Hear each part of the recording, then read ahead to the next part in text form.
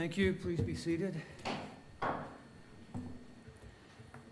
Welcome to Division 4 of the Colorado Court of Appeals. Good afternoon.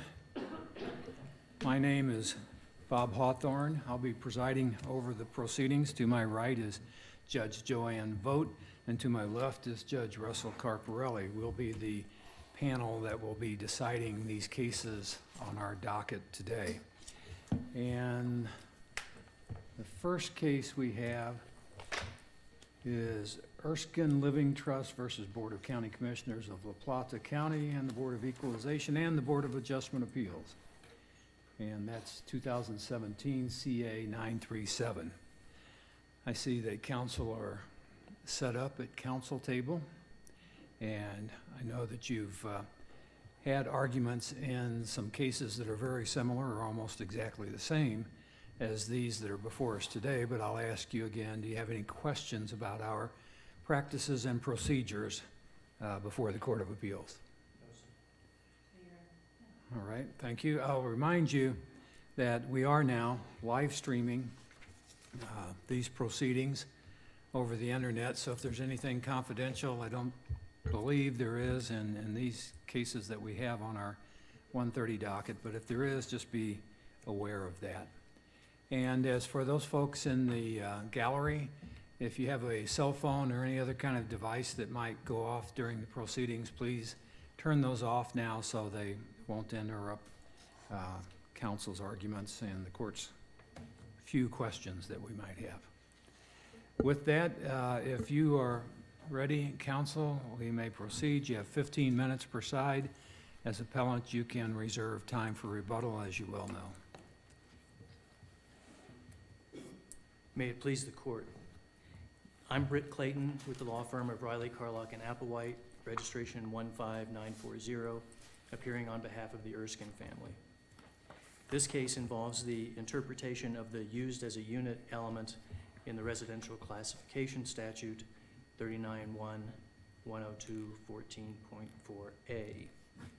Statutory construction is a question of law. This court determines de novo. I will begin by addressing the legal issues and authorities, including recent conflicting decisions from different divisions of this court. I will then discuss how the facts of this case satisfy the used as a unit element properly construed as a matter of law. It's undisputed that if the three parcels owned by the Erskines were instead a single parcel, the used as a unit element would be satisfied for 100% of this land. The fundamental legal question this court has to answer is, does the used as a unit language in the statute have a different meaning leading to a different result when there are multiple parcels rather than one? We submit the answer is no. The two situations are fundamentally the same and should be treated the same. First, we start with the language and structure of the statute. We see that a parcel of land and contiguous parcels of land under common ownership are grammatically interchangeable. They're treated the same. All of the language that follows the parcel language, including the used as a unit element, is the same, and it applies equally to both single parcel and multi-parcel situations. Second, we must consider the constitutional requirement of uniformity, treating similarly situated taxpayers the same. Multi-parcel homeowners use their land in the very same way as single parcel homeowners, keeping other people off the land, looking at wildlife, protecting the view, walking around and recreating on your little domain. Isn't that factually dependent? You're saying that everybody does that, but I could certainly imagine a single parcel where somebody's using a part of it for commercial purposes and another part for residential. Yes, and I'm not discounting the fact that single parcel and multi-parcel homeowners use their lands in different ways. Some parcels are small and urban, some are big and rural.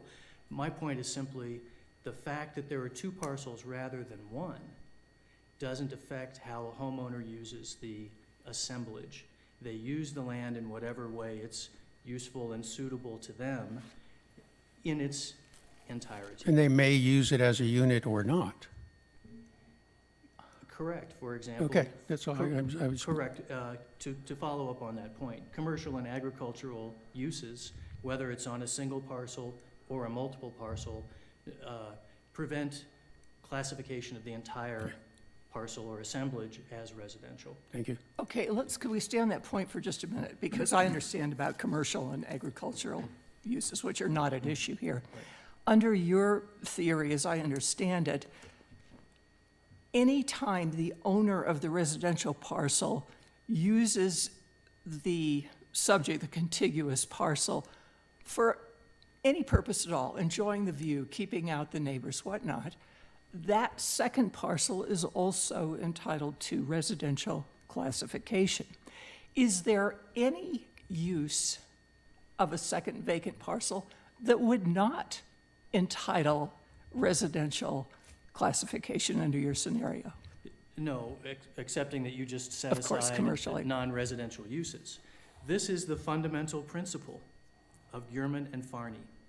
If there's any use, even just for open space, some people say it's not a use, but open space is a recognized land use. If there's any use of the parcel and no non-residential use, then the entire parcel is entitled to residential classification, and we contend those same rules apply in the multi-parcel context. Just draw a boundary around the assemblage and treat it as a single parcel, same analysis, same result. But in Geierman, the jury, I believe that's how you pronounce it, Geierman made a factual conclusion, did they not, that the views and the privacy interest satisfied the use as a unit requirement. And isn't that different than, is it the same here or not? That's not what the BAA did here, is it? In Gurman, the BAA made a factual and legal determination. These are mixed questions of law and fact, so there's some inseparability. But the BAA made a finding that the homeowner's use of the parcel, 36 acre single parcel, for keeping other people off of it and looking at wildlife was legally sufficient to satisfy the statute for the entire parcel. Now, there's a factual element to that, but there's also an important legal proposition that comes out of that. These uses are sufficient as a matter of law to satisfy the statute. If it's sufficient for the Gurmans, it's sufficient for the Erskines and the Martins. That's what it means to live in a society of laws and principled decision-making. We don't have administrative agencies and assessors deciding on a case-by-case basis. Well, sure, it satisfies the statute for the Gurmans, but it doesn't satisfy the statute for these other taxpayers. That's the definition of arbitrary and capricious. So you're saying that any use, essentially, that's not commercial or agricultural is all it takes. Why did the legislature use the phrase used as a unit instead of just saying used? Don't we have to give some effect to that used as a unit? Yes, phrase? I agree, and that's where the non-residential uses come into the picture. To the extent that you have these non-residential uses, that portion of the property is not being used as a unit with the residents. I think that's all it means. I think it also copes with, addresses, the situation of a developer who has subdivided, a large tract into smaller lots, and he's put a house on one, and he doesn't even live there, and he can say, well, now I've got all these contiguous parcels under common ownership. There has to be some sense that it is used in a residential fashion, but Gurman has a very accommodating standard for what that encompasses. And so used as a unit does exclude some situations, but it doesn't exclude the use of land for open space to enhance a residence. That is residential. Even if it's alleged to be used as open space, doesn't the BAA have the authority to, in the county, the assessor in the first instance, to make a factual decision that it is actually used for privacy concerns and protection of views. I mean, you could say, I'm using this other parcel of ground that I have out here. I bought it because I wanted to protect my privacy, I wanted to protect my views, and then I built this house on this parcel with all the windows facing the opposite way. I don't have a patio in the back. I don't have any windows in the back. There's no way that I could use that to protect my privacy or my views because I didn't set the residence up for that purpose. Is that a factual determination to be made by the county? No. Ultimately, what they're saying is they get to decide what is important enough to them under their standards to satisfy the statute. But what Uriman says is merely keeping other people off of it.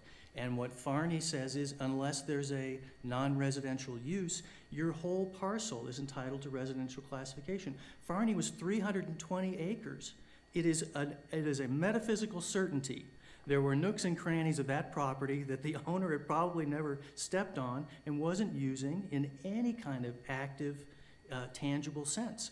What these rules do is they effectively create a presumption of 100% residential classification on a parcel with a home or an assemblage with a home.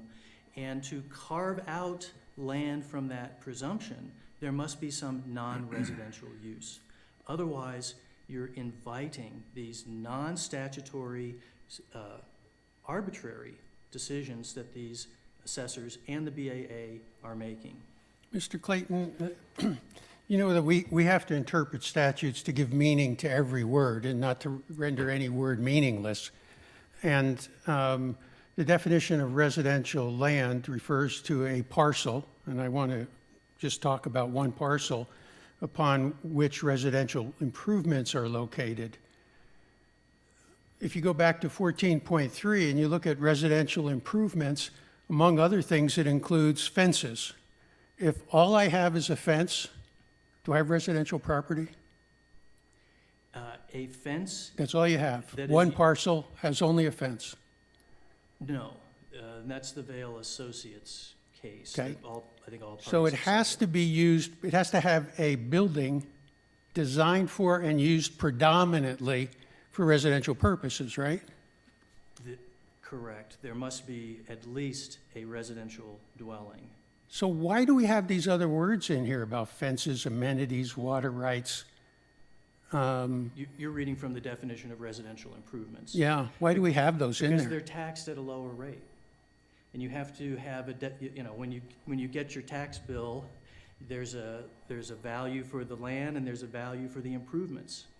And those are taxed, the residential improvements, if they fit that definition, are taxed at the lower residential rate. If you have a cell tower on your property, it's not. If you have a, food stand on your property, it's not. So if we have one parcel and all we have is a tennis court on it, that's not residential, right? Single parcel, no house, not residential. And the reason we have this reference to amenities is if we have a residence and we have a tennis court, we're going to treat it differently. I don't understand. Why do we have the word amenities in there? In the definition of residential improvements, amenities are in there to try to be expansive about the type of personal property or appurtenances that are entitled to the residential classification. Amenities for the house. It's just trying to be expansive. If it's an improvement or an amenity that serves the house, the residential purpose, then it gets the lower tax rate along with the house. If it's a cell tower or a food stand, permanent commercial improvement, So then if it we have a doesn't. house and a cell tower, then the cell tower is not a residential improvement. Correct. And the value of it as an improvement is not entitled to the lower tax Are you rate. talking about the value of the cell tower or the land on which it's located? Both. Let me, Or the Well, the tax- reason I'm asking this is that it says a parcel upon which residential improvements are located. And if I have a house on it, I have a residential improvement. Yes. But if all I have is an amenity, I do have a residential improvement, but I don't have a residential property. Perhaps you're not following me, but I'm wondering if we're just writing out a bunch of words out of this thing when we say, you don't have to have any improvements on this contiguous land. All it has to be is you like to look at it. I think that is the current state of the law under Gierman and Farney and Fifield. The interpretation of the statute. Yes. It's the current Yes. interpretation of the statute. Correct. Statute is the law. Correct. Thank you. Not to use up all your rest of your time, quick question about this. You, of course, are familiar with the Bringle case because you were counsel on that. Yes. Talks about how the two parcels at issue have to be actually contiguous. In that case, they weren't because there was a road, a public road between them. Tell me about the road that separates the residential parcel and the subject parcel in this case. The parties stipulated that it does not defeat contiguity. So, and I think we're bound by that stipulation, but would you agree that but for that, we might have a Bringle issue here about contiguity?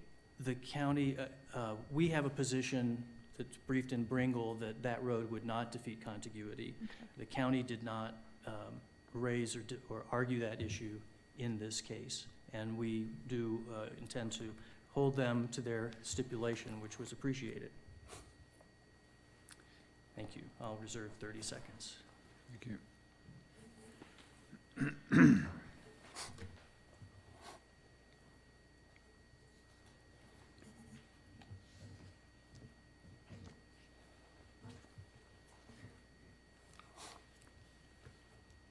May it please the court, my name is Kathleen Lyon, and I am an assistant county attorney in the La Plata County Attorney's Office. I'm here on behalf of the La Plata County appellees in this matter. My registration number is 35988. I will be dividing my time today in this case with Krista Mayer from the Attorney General's Office, who is appearing on behalf of the BAA.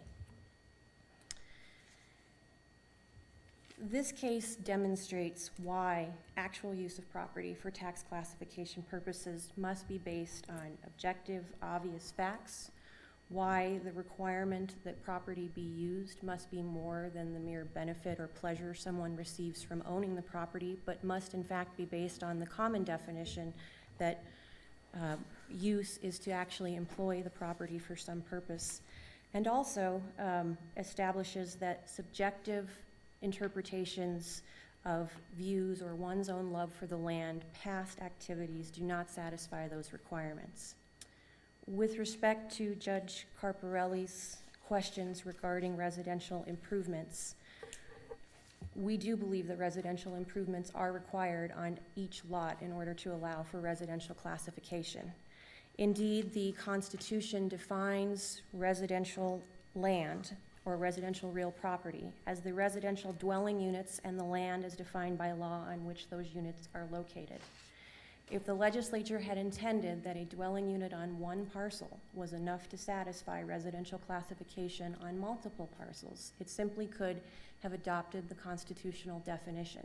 It did not, and as Your Honor points out, the definition of residential improvements is much broader than just a residential dwelling unit. It also encompasses other structures, buildings, fences, or fixtures that must be integrally used with the for a residential purpose. Indeed, in order to sustain the Fifield Court's ruling, not only would it render part of the definition of residential improvements superfluous, but it would also nullify and negate the definition of vacant land, which is contained in other provisions of the tax statutes. Indeed, vacant land by its plain language is defined as any lot, parcel, site, or tract of land upon which no buildings or fixtures other than minor structures are located.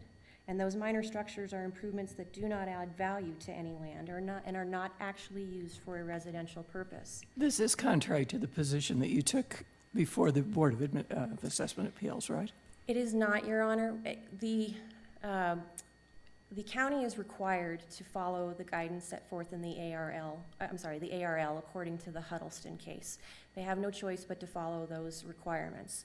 Under the ARL, they have adopted the five-field position, which stated that there were no residential improvements. And so we did not raise the issue at the case as to whether or not an improvement was required, but based on our position as well, that in order to establish use as a unit in conjunction improvements, it requires an integral use. We did not believe that the cases met that requirement either, and that's what we focused on at those hearings. However, as this is a de novo review, since the court is not required to accept the findings in the ARL, we believe it's appropriate for the court to look at the split in the divisions between the Sullivan and the five-field cases to determine whether or not improvement should be allowed.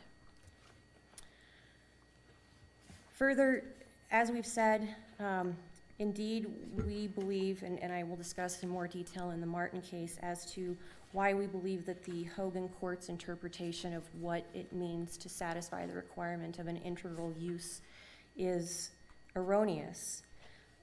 In both the Hogan and the Rust cases, they have determined that integral use is required, which is more than just the idea that has been submitted by the appellants, that as long as it is not implausible that they say that they are using a property for some purpose. To go back to Judge Vogt's question, as long as a property owner purchases a contiguous lot, that anything they say would establish that use as long as it's not otherwise commercial, not only is inappropriate, but negates the third requirement that you use it as a unit. Indeed, based on other provisions of the tax statutes which talk about mixed use and how you classify property when mixed use occurs, there would be no need to actually include a separate provision about use in a unit in the definition of residential land if that was not in and of itself required in addition to common ownership or contiguous use. Here, it's actually also evident why the Rust Court correctly concluded that occasional uses or peace and serenity cannot qualify a property for residential classification based on the requirement that it be used as a unit in conjunction with the required improvements. Here in this matter, the trustee's son testified that the use or purported benefit from the property was as open space for buffering and privacy, and that they were interested in having lots with lots of space so they can enjoy the outdoors. However, the objective evidence, which was based on the facts, refuted these subjective statements. Indeed, the trustee of the trust himself subdivided the single parcel into 4 separate lots, the one that contains the cabin, the 2 vacant lots at issue in this case, and a 4th lot, which was sold to a third party for residential development. In addition to actually subdividing the property, utilities had been installed at the corners of each lot as stated by the appellant himself in the questionnaire that was provided to the county. And the lots themselves have been offered for sale off and on for several years. I think at the time of the hearings it had been offered for the last 4 or 5 years, and indeed one of the lots that is no longer an issue had been sold.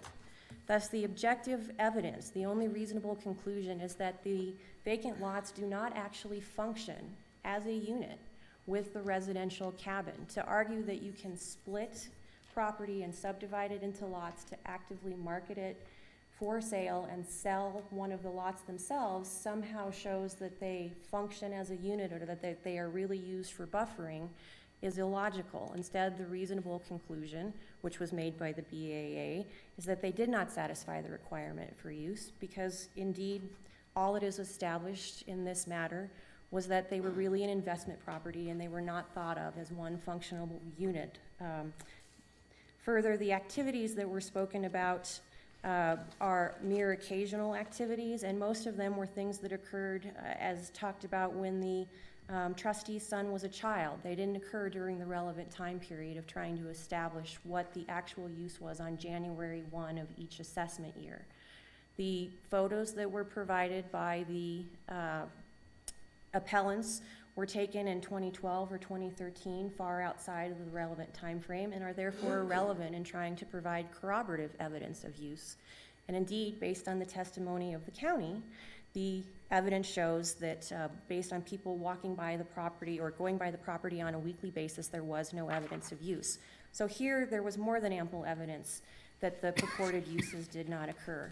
However, the greater issue in this case is that this case helps to flush out the problem with allowing someone's own subjective statements about their personal views to satisfy the requirement that the property be used as a unit as long as their purported statements are not implausible, as has been contended by the appellants.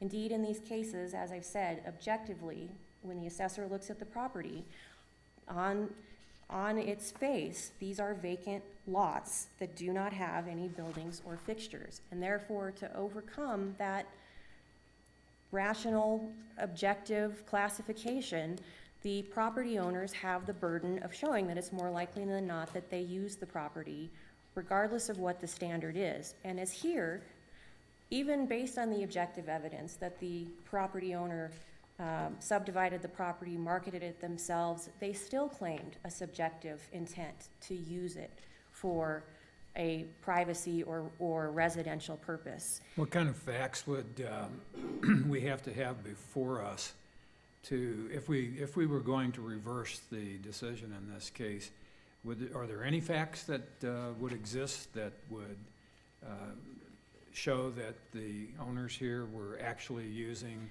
the separate property for protection of privacy and view considerations? Well, first of all, Your Honor, the BAA did determine that there was no use, so it would not be reversing their decision. Well, what kind of facts would be required to do that? We believe, as I've said, that residential improvements themselves are required to begin with, so without residential improvements, there would be But we know no that you use. have, we know in the same county, we have another case coming up next on the docket in which the same Board of County Commissioners and the BAA approved, at least partially, the view and privacy The BAA use of the property. The BAA did, the county disputes that that was inappropriate based on the required legal requirements in this matter. I believe as far as establishing use, you actually have to, again, look at what use is based on the plain and ordinary meaning of the definition, which is to actually employ it for some purpose based on objective facts. And we Well, believe... isn't it looking out over your property, isn't that employing it for some purpose? I'm using it to keep it clear so that I can look across that property and see those mountains, see those trees.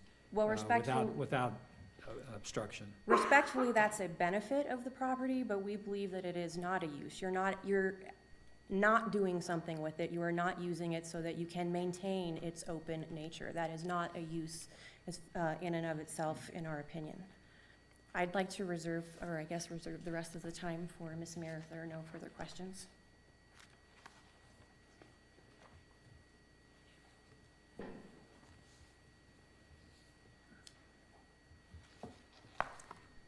Good afternoon. May it please the court. My name is Krista Mayer, registration number 42140 with the Attorney General's Office, and I represent the Board of Assessment Appeals. The board declined to reclassify the Erskine Trust's 2 vacant lots as residential property because the trust failed to meet its burden to prove that the subject lots were used as a unit in conjunction with the residential lot. This court should affirm the board's order because, first, the trust did not use the subject lots as a unit in conjunction with the residential lot, and second, the trust's proposed standard would render the use as a unit element a nullity. I want to ask the same question of you, counsel. What did the Erskines, what did the trust have to do to objectively show that it was using the extra lots for the purposes it stated it was using them, for views and to protect its privacy? Well- What do they have to show? Well, and Your Honor, we would disagree that such claimed uses would be sufficient, because that still doesn't show a use of those vacant parcels as a unit in conjunction with the residence.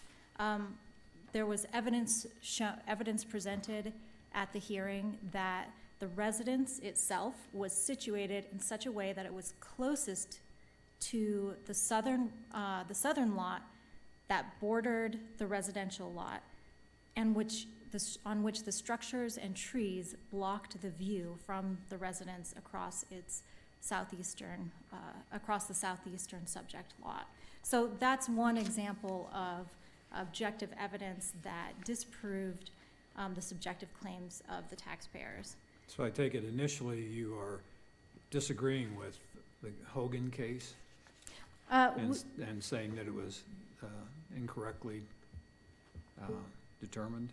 Well, we disagree with some aspects of the Hogan case, but we note that that the Hogan case did not disapprove of the ARL's interpretation that use as a unit in conjunction means integral, and that the Hogan decision noted that definitions of integral, such as formed as a unit with another part and composed of constituent parts, are clearly compatible with the use as a unit language.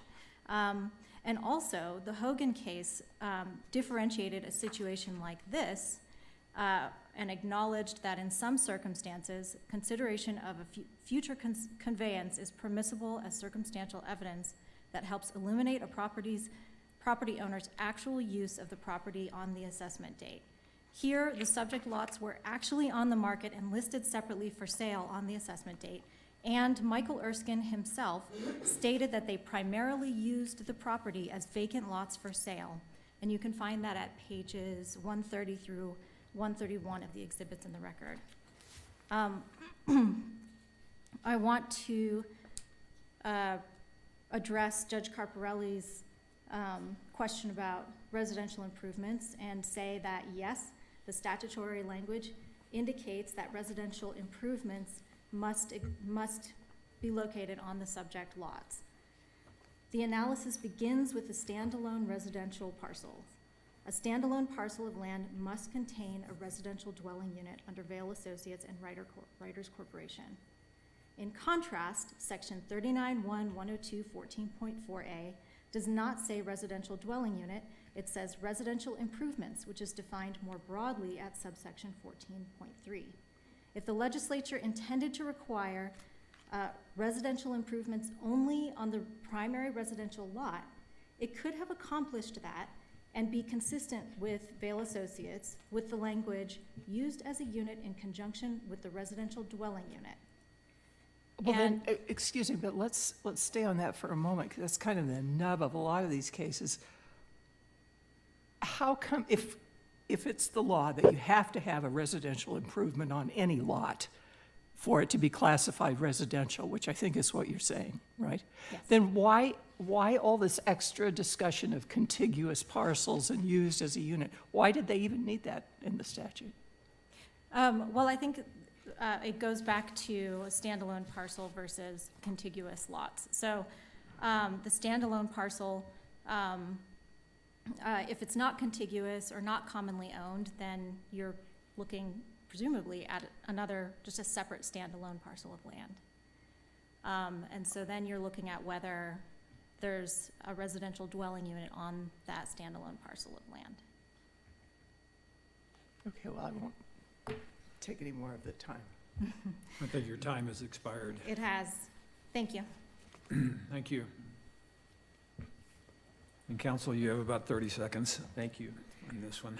On page 30 of the county's opening answer brief, they cite Merriam-Webster dictionary. The definition of use in reference to land is the legal enjoyment of property that consists in its employment, occupation, exercise, or practice. The occupation of land and keeping other people off of it to enhance your enjoyment of a residence is a use of the land as a matter of law. Thank you. Thank you, counsel, and thank all the counsel for your arguments. That's going to be helpful in our reaching a decision in this case. So that matter will stand submitted to the court, and an opinion will issue in due course. Now, I assume on the next case, we have same counsel. Is that correct? For both parties, yes. So, Sorry, Your Honor, would you like me to, would it be preferable if I sit back in the pews over here? you're going to argue in this next case, aren't you? They're not on the same side anymore. Pardon me? I Yes, I understand. Do you feel uncomfortable sitting there at council table with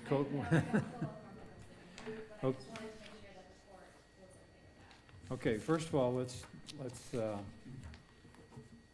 call the case of Martin Trust versus Board of County Commissioners La Plata et al. That's case number 2017-CA938.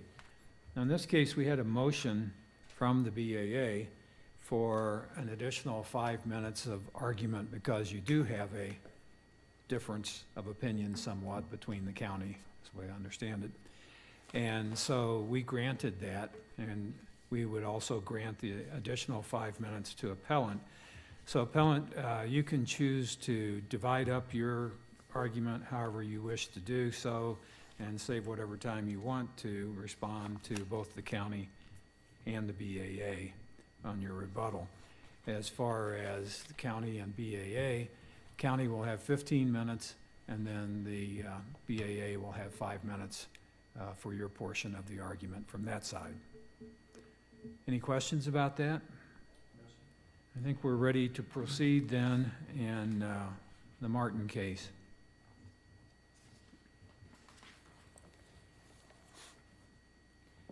May it please the court, I'm Britt Clayton, registration 15940, with the firm of Riley, Carlock, and Applewhite, appearing for the Martin family.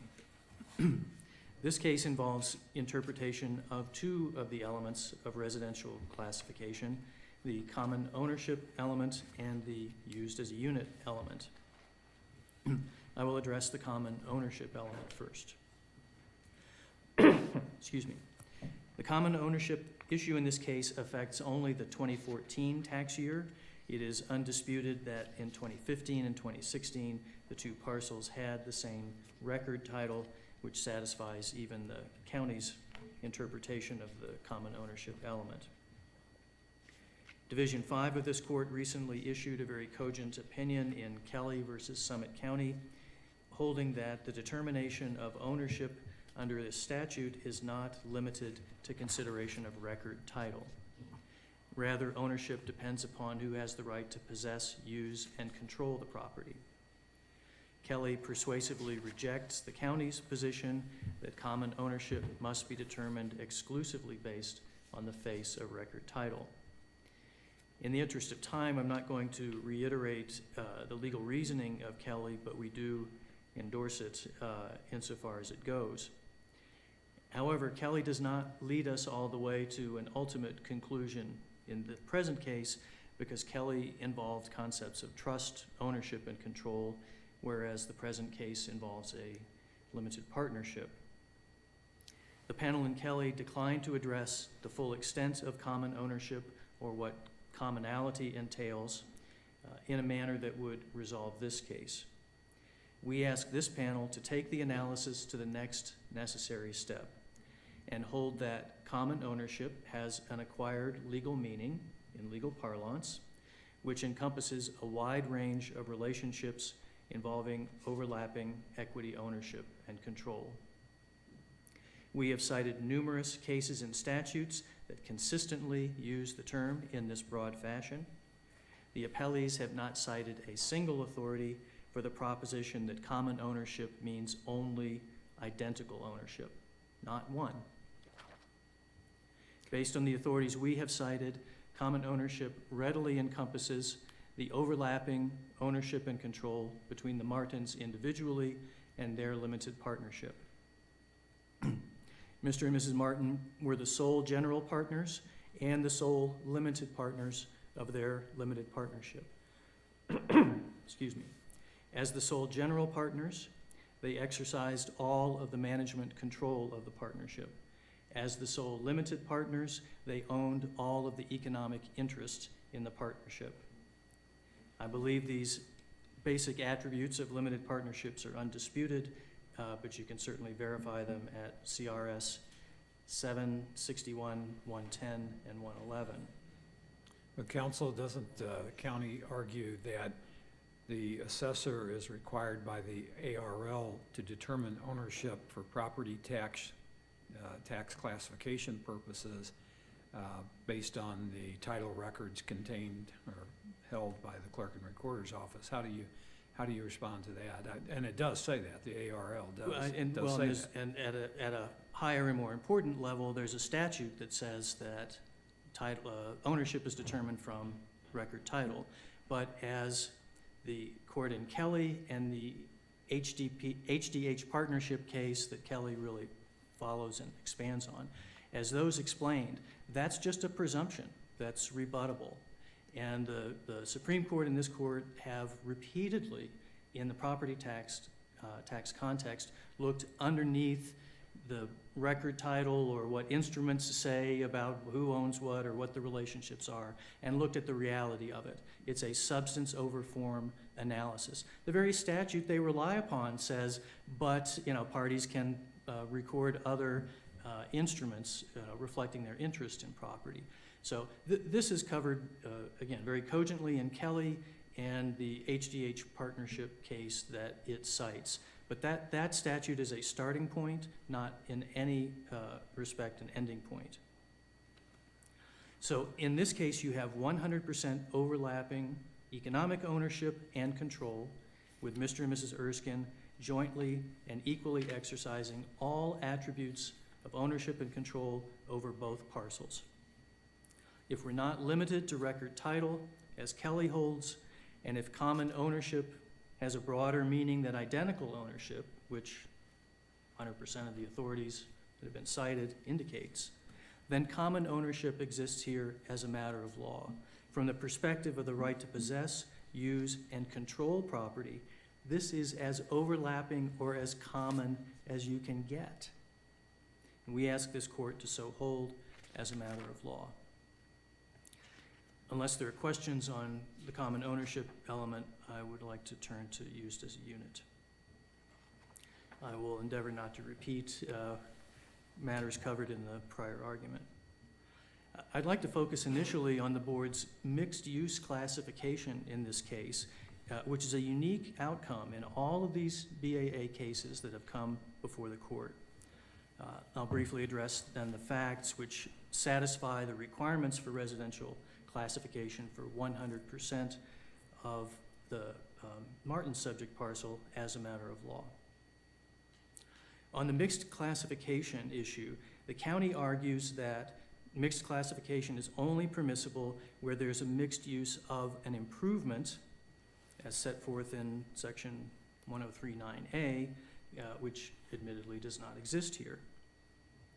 The board agrees with the county that there's no statutory authorization for mixed classification, but the possibility of mixed classification was suggested in Fifield, which is true. Both appellees have overlooked the last sentence of section 102.14.4a, the definition of residential land that we're construing today. This is quoted on page 9 of the county's opening answer brief, if you don't have the statute handy. The last sentence of our definitions says, the term does not include any portion of the land that is used for any purpose that would cause the land to be otherwise classified, except for section 103.10.5, which is a bed and breakfast, a B&B exception, inapplicable here. So again, let me read that again. The term under discussion, residential land, does not include any portion of the land that is used for any purpose that would cause the land to be otherwise classified. There's your statutory authorization for mixed classification of residential land, right there. But only if and when a portion of the land is used for a different purpose, such as commerce or agriculture. So we come full circle here. This is entirely consistent with Farney, which holds that even for a 320-acre parcel, 100% residential classification is warranted if there's no indication of a non-residential use.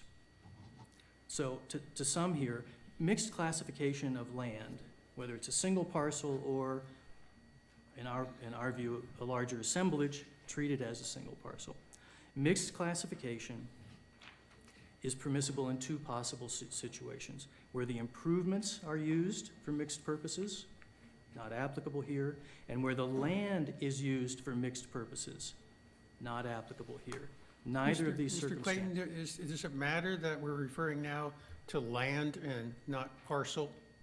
We're not using the word lot, we're not using the word parcel, we're using this generic word land. Does that matter? The defined term is residential land. Okay. The first sentence that we focus on talks about parcels. The last sentence talks about the land, which I would argue is a parcel or contiguous parcels, and they're just trying to save a Okay. few words. So any portion of the residential land, the term does not include any portion of the residential land that is used for any purpose. The land that is being classified. Okay. And I would contend that they're just using some shorthand here instead of repeating parcel or contiguous parcels. All right. Thank you. And again, we believe that everything about this statute signals the General Assembly wanted to treat multi-parcel homeowners the same as single-parcel homeowners. It's a mere fortuity that some landowners happen to have 2 or 3 parcels rather than 1. It is not a basis for treating them differently. So the board's mixed-use classification of the subject parcel in this case is contrary to law, not because there's no statutory mechanism, in the abstract, but because no part of the subject parcel is used for any non-residential purpose that would require a different classification. Well, didn't the BAA determine that at least a part of the subject land was not used for a residential purpose? Well, what they mean, what is apparently it was not essential or integral, but they did not find that there was any other use. Well, if they found it was not used for residential, there must have been some other use that to which the land was put. Well, one could make that reasoning, but what they're really saying is, we don't think that you're using it enough to satisfy us. We have a threshold that's up here that the assessor has articulated. It has to be necessary, it has to be non-incidental. It has to have, improvements, and if we don't see it when we swing by for an inspection, it didn't exist at all. And so they have a higher burden to satisfy residential use in the first place. Weren't they saying that if you're claiming that you're using this subject parcel for protection of your view or for privacy concerns, then it has to be capable of being used in that manner? And the way I understood it, the BAA was saying, well, this strip of land on the southern part of the subject parcel can't be used for a view. And it's not doing anything to act as a unit or in conjunction with the residential property as a unit, so it's not a part of the residential classification. That is their reasoning, and that's exactly the reasoning that was rejected in Gurman and Farney. And I understand this panel is not obligated to follow Gurman and Farney or Fifield on the question of whether residential improvements must exist on every parcel. But we do have an important principle of stare decisis and respect for tradition unless it is clearly wrong. The Vail Associates case, which parties have cited repeatedly to this court, says the doctrine of stare decisis provides that a court will follow the rule of law it has established in earlier cases, unless clearly convinced that the rule was originally erroneous or it is no longer sound because of changing conditions, and that more good than harm will come from departing from the precedent. Well, if we're going to go down the stare decisis, we do with the language in Fifield that says go back and determine what portion of Lot 2 was used for residential purposes. I don't know that that constitutes a holding that there was some non-residential use that needed to be quantified. It's just, here's, the BAA had misapprehended the law. Here's the law, go do it again. Hogan did the same thing, by the way, and let me, if I can segue to Hogan, it relates to this issue of remand. Hogan, and of course, I'm a big fan of the decision in general, but the conclusion is remand to let the board reconsider this in light of the new standards, newly clarified standards. My question is, if Gurman and Farney and Fifield apply in the way that we suggest, that Hogan accepts, how could the BAA conceivably deny residential classification? Because the premise is you treat it as a single parcel, because that's suggested by the statute, treat it as if it's a single parcel.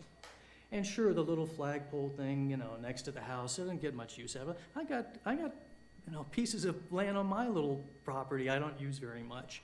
The board wants to come in and say, you're not using that, you're not using that, you're not using that, and take it away.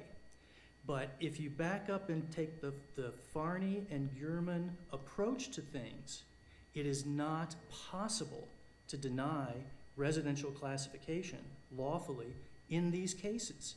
You have a residence, you have clear uses for, get a little elbow room, some open space, some view corridors. You can argue till the cows come home about how important or necessary it is.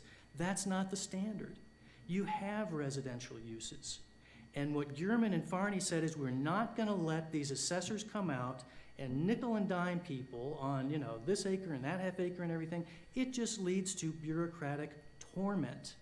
Look at the kind of logic that you have in these cases. Oh, and if I may, excuse me. Ms. Lyon, in her brief, says our proposed standard is completely unworkable because it doesn't answer questions such as, how long must one own the contiguous parcels? 1 week, 1 month, 6 months, 1 year? Does a buffer actually exist, or is privacy actually protected? Does a contiguous lot have to have a 50-foot wide strip or a half acre or more? What qualifies as a view? Well, these are the questions that they want you to say they get to go ask of all of these taxpayers. Where's your view? Oh, that's not, you should be looking over here. That's really your great view. Don't worry about this back here. Classification denied. They want the power to do that. They want the power to say, well, you got grandkids and they got bikes and you got a dirt road here and you say that you use it for all this, but we went out there and we didn't see it. Classification denied. And now you have to defer to them, right? Is their argument. You have to defer to this nonsense. These taxpayers, every one of them in all of these cases, are using their land just like you would expect them to, right? Just the way you would or anybody would. 99.9% of these taxpayers in this category are just doing the same thing that everybody else would be doing.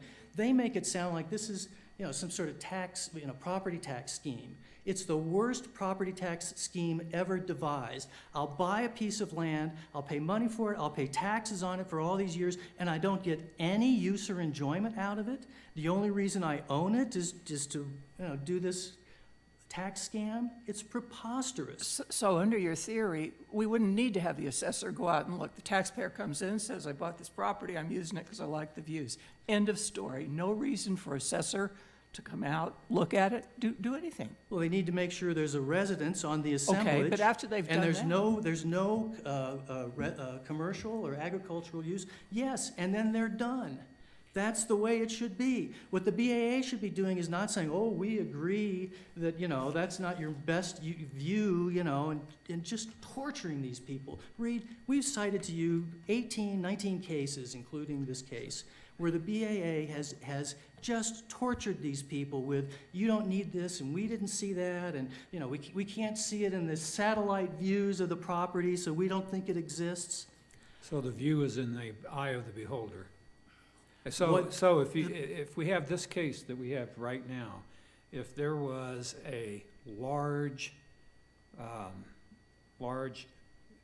high-rise building to the west of the Martins' property that extended across the north and south dimension and was 40 feet high, could they still say, that's the view I like? That's the view I want to see, and that, by the way, that protects my privacy from anybody else on the other side of that building. Well, there's always Is the that sort what of- you're saying? I There's mean, always the sort of it- law school exam, problem that I guess I can't adequately address, but that just doesn't happen. And even if you have, a 40-story building 100 feet away, you might not want a house 50 feet away, right? And the assessors just shouldn't be coming around saying, you don't need to use that. It's not essential, it's not necessary. The beauty of Gurman and Farney, right? This is judicial wisdom. This is really where the rubber hits the road. The beauty of Gurman and Farney is it told the assessors, quit nickel and diming these people, acre by acre, on what you think is necessary or essential or integral or whatever it is. It's a presumption, and it's completely consistent with the statute, it's consistent with the ARL, and it cleans all of this up. All this court has to do to solve all of these problems is hold that Gurman and Farney apply in the multi-parcel situation. Yeah, I've got multiple parcels with all these boundaries. Draw a line around it. If that, treated as a single parcel, satisfies Gurman and Farney, leave the people alone. If they sell another parcel to somebody else and it's no longer contiguous and commonly owned, the assessor can reclassify it. But this case involves separation of powers issues, practical issues about protecting good citizens from bureaucratic overreach. We need to extend the wise rule of Gurman and Farney to the multi-parcel case, and everything will be okay. Thank you. Thank you, counsel. And counsel, you have 15 minutes.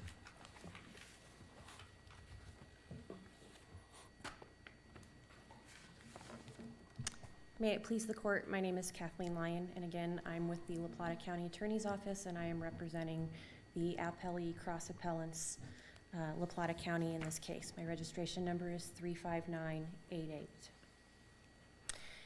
This case is not just about the homeowners that the appellant represents. This is about all property owners, business owners, single parcel property owners, and every other type of property owner who are required to pay their proportionate and fair share of the revenues needed for government purposes based on requirements and standards of actual use of their properties. And in all those cases, actual use must be established based on standards set forth by the legislature. Indeed, for agricultural cases, it's not enough for someone to assert that they planned or that they used the property as a farm or a ranch growing up, or that they even say that they perhaps ran cattle on it. They must actually provide evidence that these things occurred. In a single parcel case, it's not enough for a person to claim that they bought a vacant lot in a platted residential subdivision, and so that must therefore evidence their intent that they're going to build a house and it's going to be a residential improvement. Instead, the dwelling unit must exist. And in these cases, the legislature has determined that in order for multiple parcels, for parcels to have residential classification, they not only need to have a residential improvement on each lot, but that the lots themselves or the property must be used as a unit, integrally used in conjunction with those improvements. Excuse me, counsel, let me ask you a question in that regard. This goes back to some basics in trying to figure out and apply 39.1, 102, 14.4A, the applicable statute we've been talking about. In that, there's a phrase that says that is used as a unit in conjunction with the residential improvements located thereon. I want to know what do you take that is used, that is, to mean? What's it referring to? When it says that is used, what is it? What's the statute referring to? In my opinion, that's the required improvement on each lot. Each lot's improvements is used as a unit in conjunction, or the land is used as a unit with each of the required improvements. I was talking about parcel or contiguous parcels of land under common ownership upon what residential improvements are located. Yes, the land itself must be used as a unit. And that is used. The residential improvements are what it's referring to as that, residential improvements. Why didn't it say that are used? Because we believe, as we've said, that improvements are required for each parcel, so the land with each parcel must be used in conjunction with the required improvements. I would state also that based on this interpretation, as well as the interpretation the BAA itself has set forth in the other cases, they have stated that a view is, in and of itself, does not qualify for residential classification. According to the BAA, the only reasonable way to interpret the statutes and effectuate the legislative intent is to require more than a passive use or a view. Based on this own position, the BAA's order is irreconcilable with their legal interpretation and cannot be upheld. I would, in discussing Hogan versus the Rust case, we of course believe that the Rust case is more accurate in stating that peace and serenity cannot satisfy use, whether that be for privacy or views, and that the Hogan court erroneously holds that such things might satisfy the requirement for use, in part based on the mischaracterization of the Geierman and Farney cases that they have unfortunately erroneously adopted. Indeed, we also believe that there is at least under statutory construction, there is support for the finding that the integral use that is required under both Rust and Hogan actually does require necessary and essential use. Indeed, the legislature has required that property tax statutes be strictly construed according to 39101, and when you look at the narrow or strict construction of both the terms unit and integral, those are things that are composed of or make up a constituent part, and since a constituent element is essential, we believe that the statute does provide for essential use. However, even to the extent it does not, it's definitely more than the low bar that has been asserted by the appellants in these cases, that as long as their position is not completely implausible, that their purported activities should be accepted and that the county should act as nothing more than a gatekeeper in these matters. The objective evidence must establish that a purported use occurs, and indeed based on, again, the idea that strict construction is what is required in these cases, that it's not some hyper-technical definition that the counties have interpreted, it is the statutory requirement, and that any ambiguities in a meaning of a term have to be construed in favor of the public purpose of ensuring that fair and proportionate taxation occurs for the needed government purposes. A use is something, does mean that you must employ it. As counsel stated, a use is defined as the legal enjoyment of property that consists of its employment, occupation, exercise, or practice. When you look at what that definition means and what it means to use property in other property contexts, the idea that privacy or views could satisfy that is illogical. For example, when you're looking at prescriptive easements or adverse possession, which require, in order to establish an open and notorious use, that the land is put, the occupancy of that land, which is part of the definition of use, as opposing counsel points out, must be the ordinary use to which the land is capable. The idea that in such cases someone's enjoyment of looking at nature out their window or a view that they might see would somehow entitle them to adversely possess and obtain ownership of the property or obtain a prescriptive easement, that satisfies the requirement of use, is illogical and absurd. And it is just as illogical here in talking about what a use is for purposes of determining how property is used as a unit in conjunction with required improvements. Additionally, as I said, the Geierman and Farney cases do not establish as a matter of law that simply watching wildlife or enjoying open space is a residential use. Indeed, the Geierman case holds that it is a case-by-case determination based on the facts that are presented, and the Farney case indeed was itself all about whether or not the structure that existed on the 320-acre parcel was a dwelling unit, which would have entitled the property to residential classification. Indeed, it appears from the facts set forth in the opinion that the entire 320 acres had previously been classified as residential land since it was deemed to be a dwelling unit, or whether it was a minor structure, just a shed, that required that the property be be classified as vacant land. The idea that these other uses, as far as Geierman and Farney are concerned, somehow establish as a matter of law residential use, negates to look at the other provisions of the property tax statutes, which must be read consistently and harmoniously in order to give them all purpose.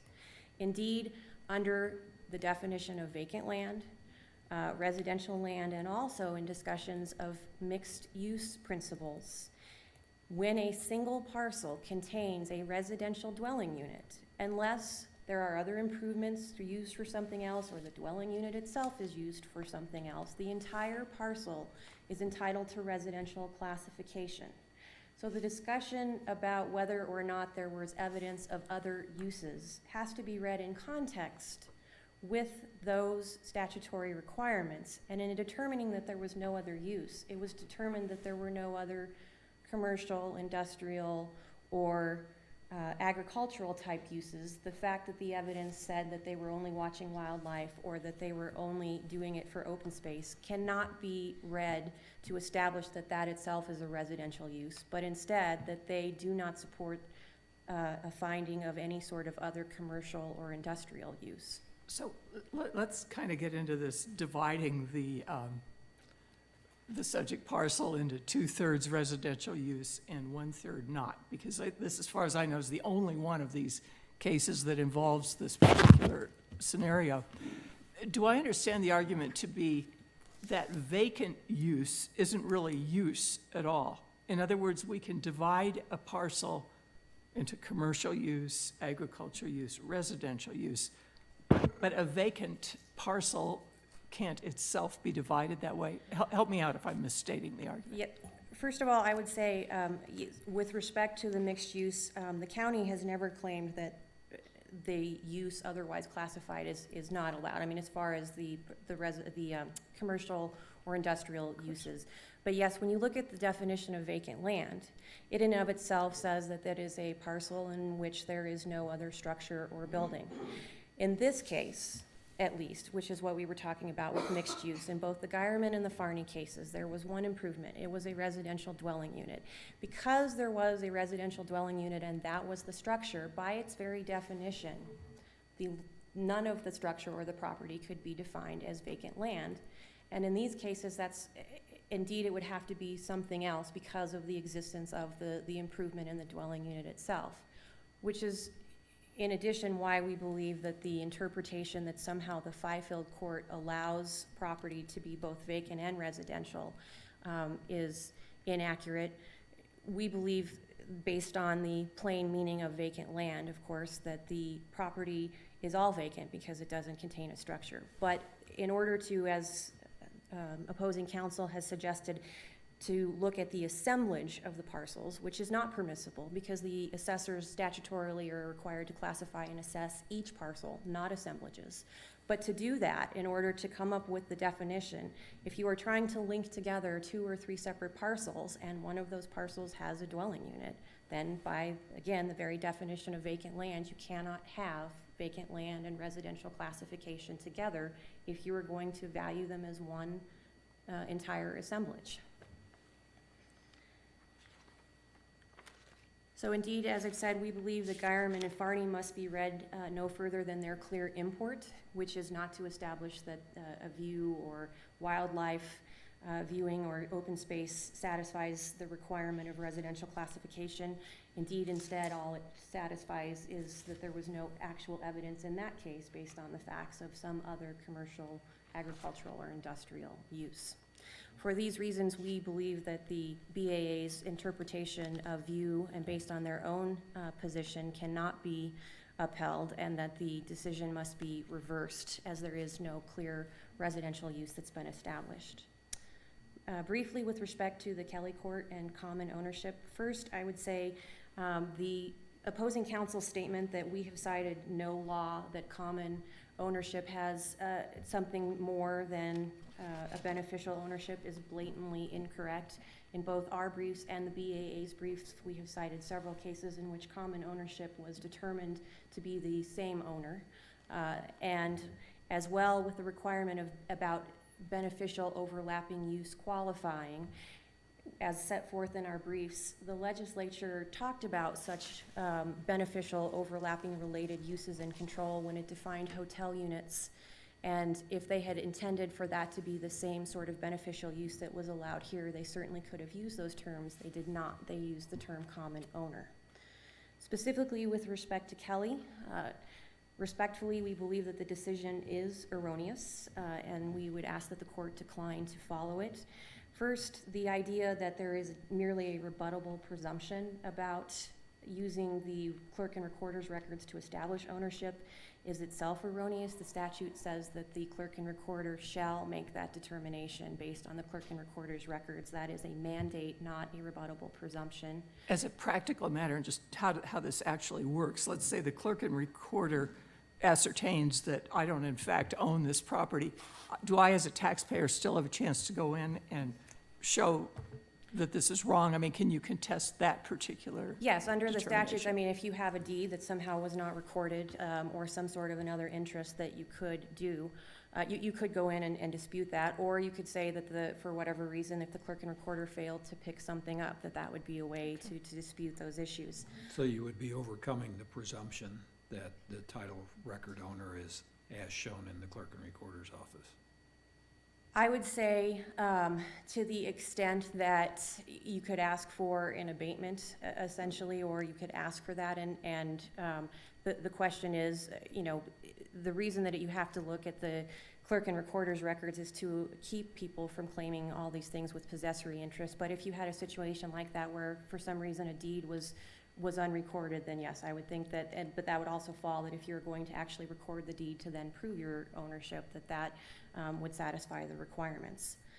I would also note that the idea that it's asserted in the both the Kelly and the HDH case that somehow possession equals ownership is wrong. That is nothing more than a lessee or a licensee that could possess or use property. Indeed, the idea of ownership itself is a fee owner, as set forth by the court in both Trayer Creek and the Cantina Grill. Thank you. Thank you, counsel.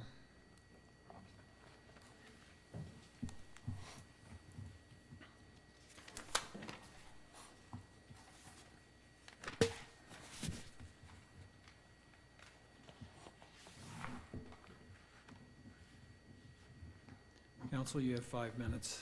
Thank you. May it please the court, my name is Krista Mayer, registration number 42140 with the Attorney General's Office, representing the Board of Assessment Appeals. Addressing the trust Geierman argument regarding use as a unit. While the statute applies in both single and multiple parcel contexts, that does not mean that they should be analyzed in the same way. First, for the reason stated in Rust, that the single parcel is already integrated by virtue of its inherently unified character, and second, because under Vail Associates, a standalone parcel, a single parcel, must contain not just residential improvements, but a residential dwelling unit. So if the statute were to apply and be analyzed in the exact same way for both a single parcel and multiple parcels, then that would require a home on each parcel. Turning to common ownership. Why wouldn't it just require a home on one of the contiguous parcels? Well, because if we're treating a single parcel and the multiple parcels the same way, if that other parcel, which is what taxpayer is arguing here, that adjacent parcel should be treated exactly the same way as the residential parcel, then that adjacent parcel would also have to have a dwelling unit on it. And so Well, that's what I'm saying doesn't make sense about the argument. Not if you're considering the contiguous parcels to be an assemblage.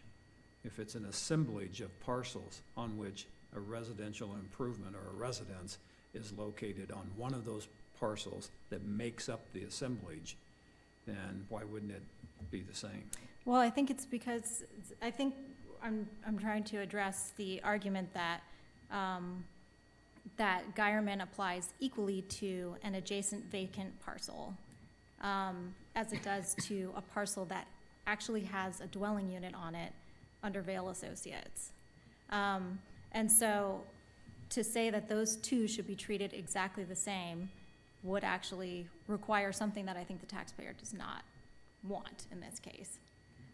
The trust argues that instead of being interpreted to mean owned by the same person or entity, the assessors and the BAA should apply a functional and flexible meaning to the common ownership element, or that a thread of common ownership would satisfy the element. But it's unclear what this actually means, or how county assessors or the BAA would implement this interpretation. What is clear is that the taxpayer's interpretation would benefit vacant lot owners with a homeowner's tax rate, even when they are not in fact homeowners. We did cite a case where common ownership was understood as meaning owned by the same person or entity, as articulated in the Westpac Aspen case. The court there explained that common ownership must be absolute, not defeasible or determinable, and coextensive rather than owned in different fractions. That provides a workable standard that effectuates the legislative intent by ensuring it's always homeowners who benefit from the reduced residential rate.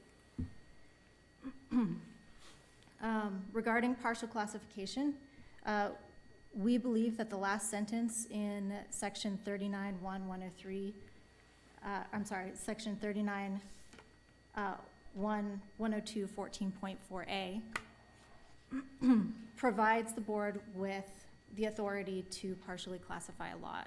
It's partially residential or partially vacant. Ms. Mayor, are you aware of any other board decisions in these taxpayer cases where they have partially classified a vacant lot as residential? I can't say it has never happened. There are, at this point, I believe, over 200 cases like this one at the BAA level. So this is the only one that I'm aware of at this point, but it's possible that there are others. But it is a rare instance, I would say. But we think it's permissible. And so regarding use as a unit, the taxpayer argues that any claim of enjoyment, including any claim that a taxpayer enjoys the views from his or her residence, should satisfy the requirement that the vacant lot be used as a unit in conjunction with the residence.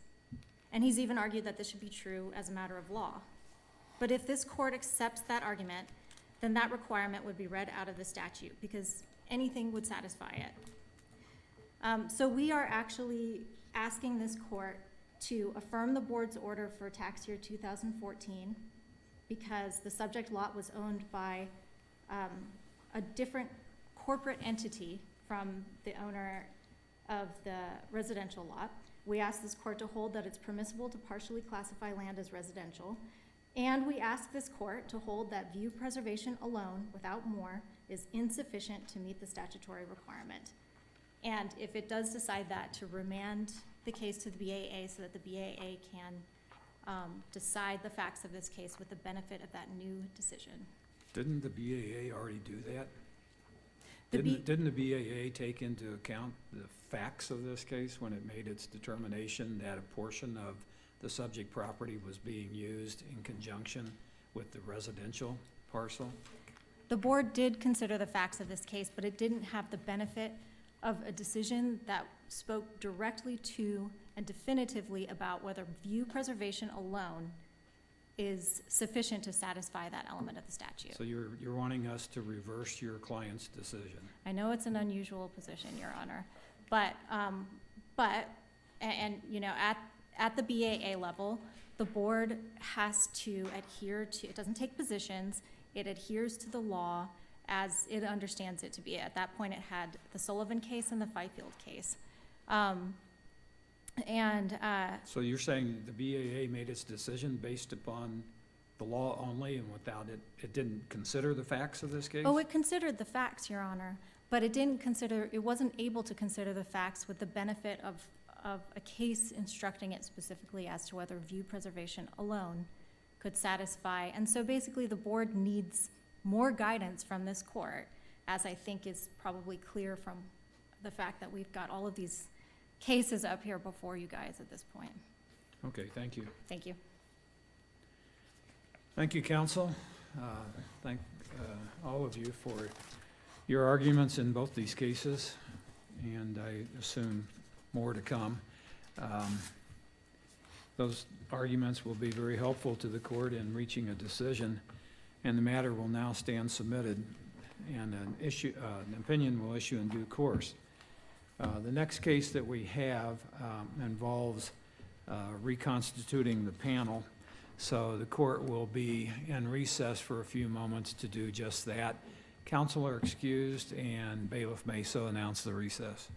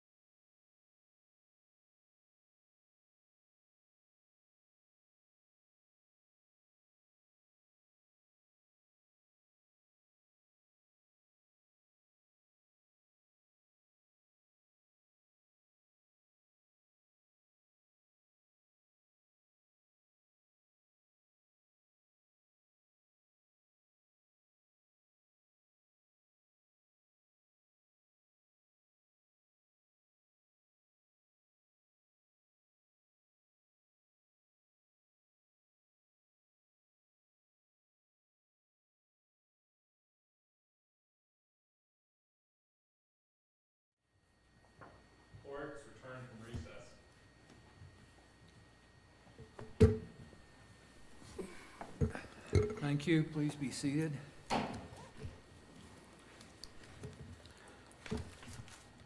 Welcome to Division 4 of the Colorado Court of Appeals. The next case that we have on our docket is Washington Gas Light versus Antero Resources, and that's case number 2017CA1522. I see counsel are set up and experienced appellate counsel, but I'll still ask, do you have any questions about our policies or procedures in the Court of Appeals that we had the little handout for? Okay. And I forgot to introduce ourselves. I'm Bob Hawthorne. I'll be presiding today. And to my right is Judge Michael Berger, and to my left is Judge Russell Carparelli. And we will be the panel that will be issuing an opinion in this case. I'll remind you that we are live streaming our oral arguments these days, and if there's anything confidential in your arguments, you may keep that in mind. Also, I'll ask everyone in the gallery to make sure you have any phones, telephones, or any other devices that might go off during the arguments, have those turned off. And with that, we're ready to proceed in Washington Gas versus Antero Resources. May it please the court, Sean Connolly, number 33600, with Fred Bauman for the Washington Gas plaintiff appellants. Our appeal involves two words in the parties' gas delivery contracts. Capitals TCO, pronounced Tico, pool, Tico pool. Antero's contract defense requires rendering those words meaningless. Its separate affirmative defense of issue preclusion, on which Antero bears the burden, requires showing that arbitrators rendered those words meaningless when, in deciding a pricing issue, they also decided a performance issue, according to Antero. Mr. Connolly, is issue preclusion before us? Well, the judge originally denied issue preclusion, originally denied the motion to dismiss, then reversed himself and granted a motion to dismiss, I would say, for failure to state a claim. Issue preclusion was raised below. It's an affirmative defense. They do bear the burden of it. Under Bristol Bay versus Lampak, to decide it has to be converted to summary judgment. So the only way issue preclusion is before you is if this court says, as an alternative defense, will allow you because the record's essentially complete. Now, we provided a record on issue preclusion. Antero's saying decide the issue preclusion simply based on the complaint, and that's clearly improper because it is an affirmative defense. We responded to issue preclusion. We explained why the arbitral decision did not actually decide the issue, did not necessarily decide the issue, and could not properly have decided the issue. But we're not objecting to you reaching that as an alternative ground if you believe the record's complete. And You want us to, or yeah, we're comfortable with it because I think it's without merit. So I think in terms of only if efficiency. you win, I suppose? Well, I certainly don't want you to say that we're going to decide it, but we're going to tie your hands behind the back, as Antero's saying to do, and say, don't consider anything that you've submitted to the district court. So if you're going to consider the complete record, we're not objecting to the procedural context. It is an affirmative defense. I think properly it would be an alternative ground for affirming the decision. It would be an alternative ground that effectively requires converting this to summary judgment.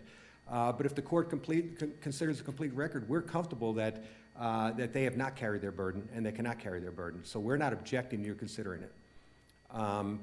But there are two separate issues, and one is the failure to state a claim. That's the ground the district court relied on.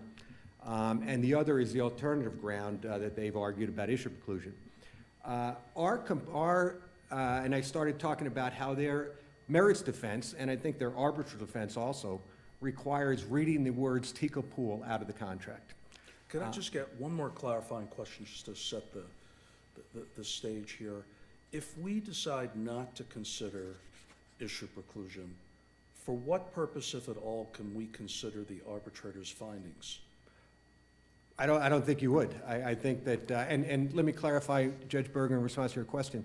I think it's within your discretion to consider or not. We're not objecting to do it. You could properly say the only issue decided was failure to state a claim. This is an affirmative defense. We're not going to decide it. We're not objecting to you if you do decide it. If you decide in your discretion that we choose not to do that, then we wouldn't object. But you do have to clearly reach the failure to state a claim issue. And that issue is, does the complaint plausibly plead a violation of TECO pool gas delivery obligations. The contracts provide for the delivery point of the gas. The first two words are TECO pool.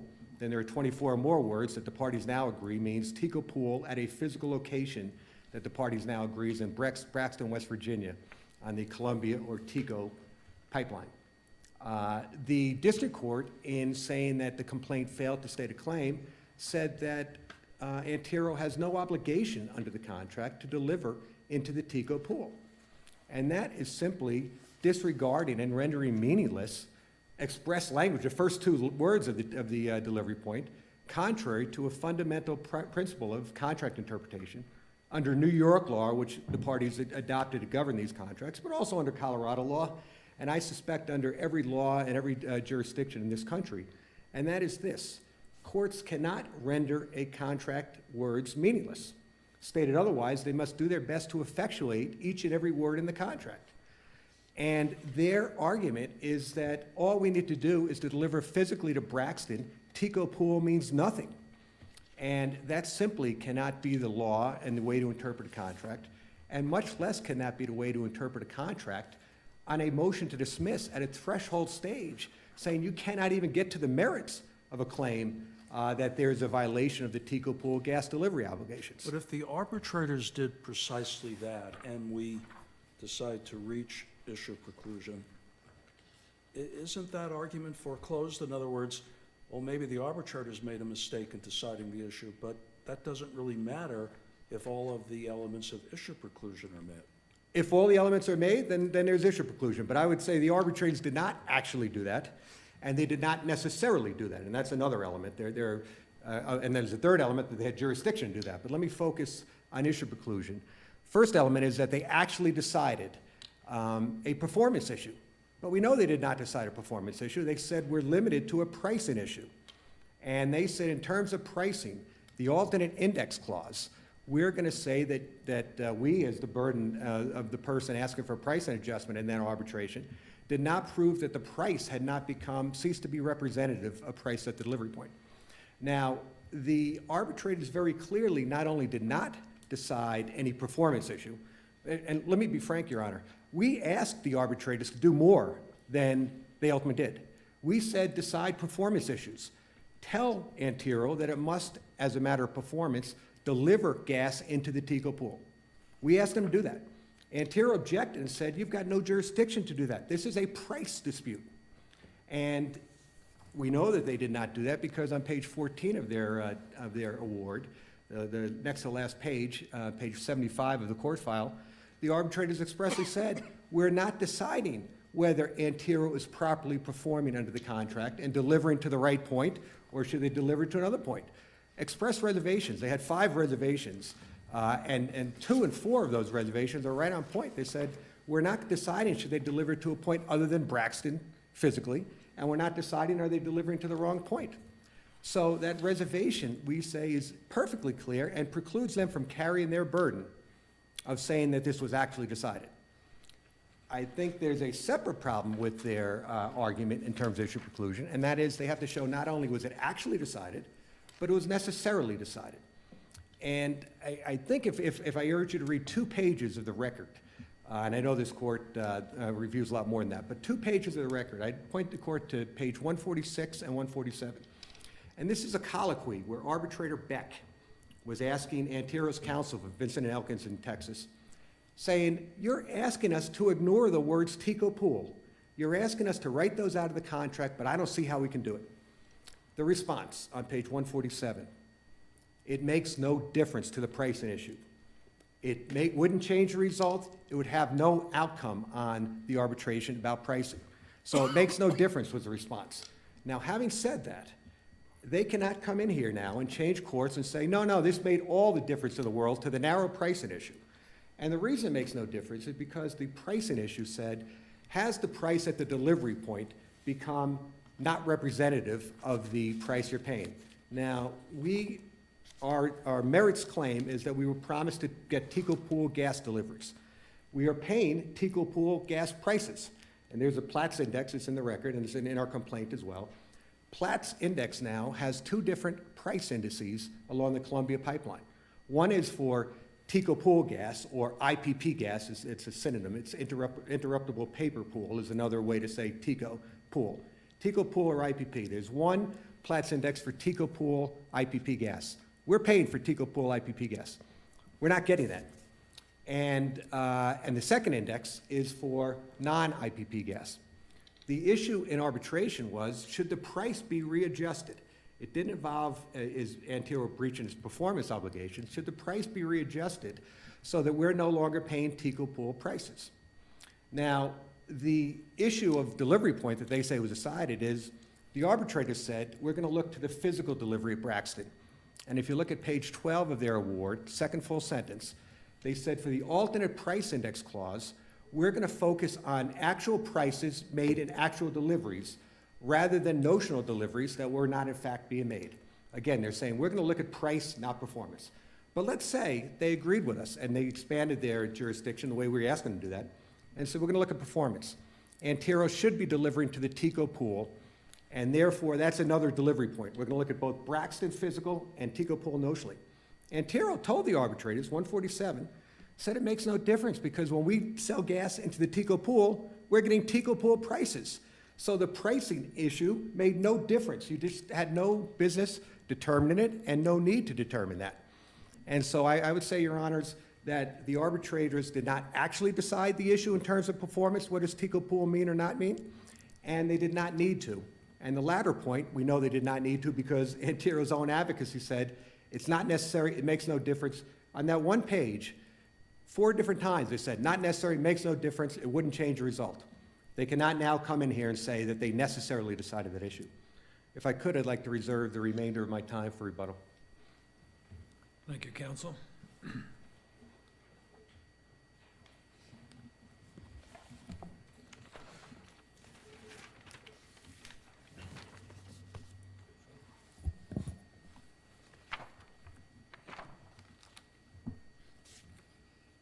May it please the court, I'm Shannon Stevenson on behalf of Antero Resources, and with me today is Philip Dye as well. I understand WGL's argument to be that Antero is breaching the contract by failing to deliver gas to the IPP pool. There are 3 major problems with this argument. First, they haven't pled a claim that states that argument. Second, to the extent they're asking to amend their complaint to now change their claim, they have waived any right to do so. And third, any such amendment would be futile because the arbitrators here have already conclusively determined the delivery point. And in doing so, they rejected the exact argument about the words Tico pool that WGL is trying to make now. Well, before you go further, I just want to ask you the same question I asked Mr. Connolly. If we don't reach issue preclusion, of what value is the arbitrator's award? Can we consider it for any purpose? I think you can, Your Honor, to the extent they're trying to make an argument that is effectively based on an amended claim. And that's where I'm going with the way that I set this up. As the complaint is pled, I don't think you necessarily need to consider the arbitral award because the claim on its face isn't supported by the contract. But if you were going to... That's a different question. I understand your argument that they haven't pleaded the claim that they're now advancing. But if we decide for whatever reason, we're not going to touch the issue preclusion claim. We're only going to decide this under 12b-5. For what purpose, if any, can we use the arbitration award? Well, I think it's proper to look at it because it is mentioned in the complaint, and we attached a copy to our motion to dismiss. In my view, the only way you would need to consider it is if you are entertaining WGL's arguments that Tico pool has some special meaning, and they're trying to make an argument that's contrary to how those words have been decided against them already. But I don't understand, unless we're dealing with issue preclusion, I just don't understand how we can use the findings made by the arbitrator. That seems to be contrary to 12b-5. Well, again, I think if you were going to adhere religiously to the way that they have pled their complaint as a failure to provide Tico pool gas, which are words that appear nowhere in any of the contracts, then you don't need to get to the arbitral award. But to the extent they're really arguing, and then they're really asserting, which is, this is what they say throughout their briefing, that the failure of Antero is to deliver gas to the IPP pool and that the words TICO pool mean that, then I think you have to get to the arbitrator's award. And again, they cite the award in their brief. And more importantly, they say that the arbitrators held that we had to deliver only to Braxton, and that they didn't address the notional piece. And I think once they've made that allegation, you can look at the arbitral award as to whether that's true or not, and it's not. Isn't the arbitration award hearsay? No, I don't think it's hearsay. I think it's a judicial determination, and it's a document, again, that is mentioned in their complaint. And generally, the standard for what you can consider on a motion to dismiss are documents mentioned in the complaint. So I think you can consider, again, I think all of these arguments are confused by the way this case has been presented. Because rather than coming forward and pleading a complaint that simply said Antero is delivering to the wrong delivery point, WGL did not bring that claim specifically because it was trying to plead around the preclusive effect of the determination of the delivery point by the arbitrators. And it's created a confusion. I'm looking at the complaint, and it says that WGL contracted with and has paid defendant Antero for TCO pool gas on a Columbia gas transmission pipeline, but Antero is breaching the contracts by delivering less valuable non-pool gas. Doesn't that say exactly what Mr. Connolly was representing this case is about? Well, I think all of that depends on whether there is an obligation on Antero to deliver TICO pool gas, which again is not a term that appears in the No, but that's a different contract. question. I mean, first you have to figure out what have they pleaded? And it seems to me they've pretty clearly pleaded there was a breach. They were supposed to get X and instead they got Y. The next question is, I suppose, is the contract clear enough on its own to disprove that? Because if it's not ambiguous, we construe it as a matter of law. Am I missing something? Well, no, but I think where the rubber meets the road here is what you were saying about the contract, and that is, you said they've pled that they are entitled to X. Well, they're only entitled to X if the contract says they're entitled to X. And the contract says nowhere that they are entitled to TICO pool gas. The contract is very clear. Section 2.20 says that Antero has to deliver gas. And the only way you can even get to the words TICO pool are to get to the definition of delivery point. So unless they're making a claim about delivery point, you can't take the words TICO pool from that provision and excise them and just paste them somewhere else into the contract. Why not? Because no principle of contract interpretation would let you do that. Well, isn't there an abundance of law that says that the placement of a particular term in a contract is certainly not dispositive? It may have meaning, but just because a provision is placed in some subheading of the contract doesn't absolutely establish for all time that it has no other meaning or consequence to the contract. I mean, isn't there lots of case law that says that? Your Honor, I don't think anybody cited that case law in this briefing, but I think the critical point here is there is a provision that is called, this is a product supply agreement. There's a provision that says, what are we supposed to supply? There is a provision that says, where are we supposed to deliver that product? There's a provision that says, what do we charge for it? And there's a provision that says, who has to transport it beyond that point? And they're trying to take words from one of those provisions and put them in another one. And again, this is all an effort to plead around the preclusive effect of the arbitrator's award that defined where the delivery point was. Those words have been given meaning. TICO pool have been given meaning by the arbitrators. And I'm happy to talk about that, but you can't just take those words out and put them and say, these are now defining a type of gas. That's not, you can't do that on the face of the contract. Ms. Stevenson, it would be helpful if we were oriented procedurally. So first, to the extent that you're saying that they never made a claim in the contract that they were entitled to TICO pool gas.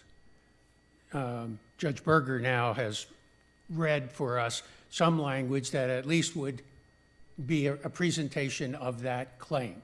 So then your next issue is, I believe, under 12b-5, now has the judge erred by saying that they're not precluded, but that they haven't stated a claim upon which relief can be granted, because as we interpret the contract, if we interpret it your way, that language does not describe the nature of the gas or where the gas is going. It's where the gas is delivered from. Are we on the same page? Let me take one step back to the first premise of your question. I'm not saying that they don't say in their complaint that there's been a failure to provide TECO pool gas. That's all they say in their complaint. Okay, The contract nowhere says that we have to provide TECO pool gas. so that brings us to 12B5, whether they state a claim based Correct. on this contract. Correct. And Okay. you will not find in this contract anywhere something that says Antero has to deliver TECO pool gas. And the only way they can prevail on that argument is literally to take the words TECO pool out of the definition of delivery point and move them somewhere else in the contract. And there is not a principle of contract interpretation that would let you do that. But and it- doesn't your interpretation do what Mr. Connolly says you're trying to do? That is, take these TCO words and make like they don't exist. And that's, you say that's what the arbitrators did. They say the arbitrators didn't do that. I don't know that the arbitration award, quite frankly, is properly before us in any event.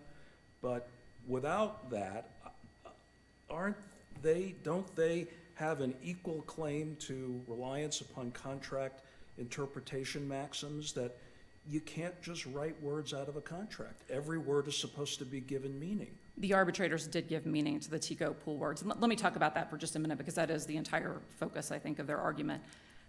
The words TECO pool in this contract simply mean the Columbia pipeline system. And there were several witnesses that testified to that. I'll send you to page 302 of the record. Wait, I really need to not conflate issue preclusion with our analysis under 12B5. They are not the same thing. This district judge did not decide this case on the basis of issue preclusion. As a matter of fact, the only time he addressed issue preclusion, he said it wasn't applicable. So I just don't understand how you can support a 12B5 order by then bringing in a document that, as far as I see it, is only relevant on the issue of issue preclusion. I don't understand that. Well, certainly, WGL has never objected to the consideration of the arbitration award on this motion to dismiss. And so I think if there were an objection to be made, they should have done that. Now, having said that, I think what happened with the district court judge, and the reason he even referred to the arbitration award, is because he understood what WGL was trying to do by pleading in this way, and understood after he read their summary judgment papers that their real claim was a claim about delivery point, and that delivery point had already been decided. But isn't that just another way, repackaging, if you will, your defense that there was issue preclusion, or maybe even claim preclusion? I don't know. I mean, you keep saying that they're trying to get around this. Well, you know, that's what lawyers get paid to do. There's nothing inherently wrong with that unless there's some doctrine that comes in and says, well, you can't do that. And issue preclusion and claim preclusion are two such doctrines, but the district court didn't apply them. So let me say this. On the face of the complaint, they have alleged a failure to provide TECO pool gas. It is our position that you cannot read the contract on its face to support that claim, okay? Now, to the extent they have argued that really what they're saying is that the gas has been delivered to the wrong place, okay? They're basically asking for an amendment. They cannot get an amendment here because we, in our motion to dismiss, specifically said this dismissal should be with prejudice, and they never argued otherwise. They didn't argue otherwise in responding to the motion to dismiss, in response to the district court's order, or even in their opening brief. Why do they need an amendment after the language I read to you? I don't understand why they need an amendment. Your Honor, again, what you're saying is, they're saying we're entitled to a particular type of gas. And what they're saying in their complaint over and over again is TECO pool gas. And again, if you can read the contract to say there's a requirement here that TECO pool gas be delivered, then they're gonna get by 12B5. But that language just is not there. Those words appear only in the description of the delivery point. And so, and I do wanna get to why we know the arbitrators decided that issue, and you can determine that from the face of the arbitration award only, okay? Because I do think you can get to issue preclusion even if you don't find for us on 12B5, and you can resolve that issue based on the arbitration award on its face. You agree with Mr. Connolly that, given the procedural posture here, we're not required to reach issue preclusion? Maybe we can, but we're certainly not required to do that because the district court never reached it. You could remand, but I also think you absolutely can decide it. It was presented in our motion to dismiss. It's been briefed thoroughly. And again, it's proper for you to resolve on a motion to dismiss because all you have to look at is the arbitrator's award. And when you look at the issue that the arbitrators were deciding, they had to decide delivery price, okay? Delivery point, because they had to decide where they were going to look at deliveries being made.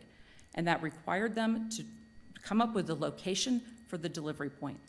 And if you look to pages 9 and 10 of that award, what the arbitrators say is the argument that WGL is advancing here is the exact argument that they're advancing in this case.